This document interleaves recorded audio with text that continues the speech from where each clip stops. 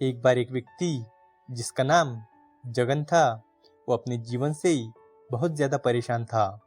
उसे लगता था कि उसका जीवन बेकार है। इसलिए वो एक दिन गौतम बुद्ध के पास गया और उनसे बोला, महात्मा, आप ही बताइए कि मेरे जीवन का क्या मूल्य है, क्योंकि मुझे कोई भी अहमियत नहीं देता। जगन की आंखों में आंसू दिख रहे थे, क्योंकि वो सच में बहुत ज्यादा परेशान था। तब गौतम बुद्ध ने जगन से कहा, इस सवाल का जवाब देना काफी मुश्किल है, इसलिए मैं तुम्हें एक कार्य देता हूँ।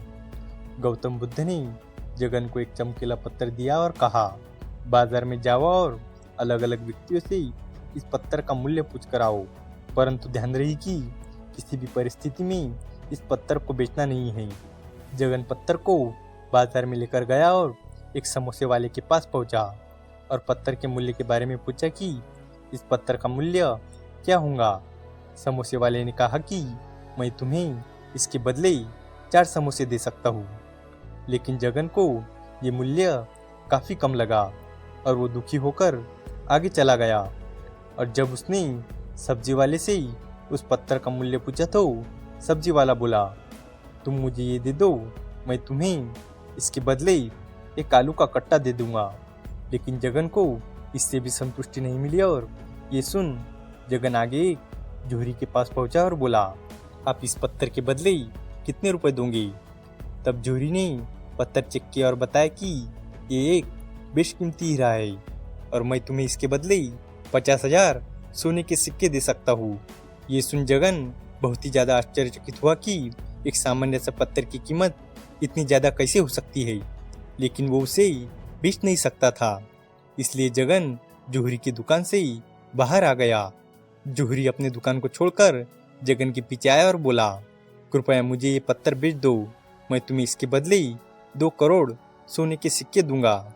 मैं इसके लिए अपनी सारी संपत्ति बेच दूंगा, लेकिन कृपया तुम मुझे ये हीरा बेच दो, मैं तुम्हारा सदा आभारी रहूंगा।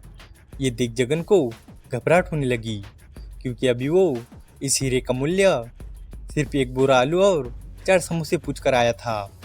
और फिर वो घबरा कर आगे चला गया और फिर दूर उसे एक ज्योतिषी दिखाई दिया। जगन ने उस ज्योतिषी से पूछा, बाबा, कृपया आप मुझे बताएं कि ये क्या है। सभी लोग मुझे इस पत्थर का मूल्य अलग अलग क्यों बता रहे हैं, मैं समझ नहीं पा रहा हूँ कि इसका क्या मूल्य है। ज्योतिषी ने पत्थर को ध्यान से देखा और घबराहट के मारे खड़ा हो गया। उसने जगन को बोला, इसको अपनी जेब में रख लो और चुपचाप इस बाजार से बिना किसी को कुछ बताए चले जाओ, क्योंकि ये कोई साधारण हीरा नहीं है, बल्कि ये इस दुनिया का सबसे कीमती चमकीला धातु रूबी है, जिसकी कीमत बहुत ज्यादा है।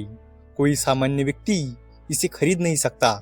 ये सुन जगन घबरा गया और वहां से भागता हुआ सीधा गौतम बुद्ध के चरणों में जा गिरा और बोला, आपने मुझ पर भरोसा करके इतना बेशकीमती हीरा मुझे दिया, मैं आपका धन्यवाद करता हूँ।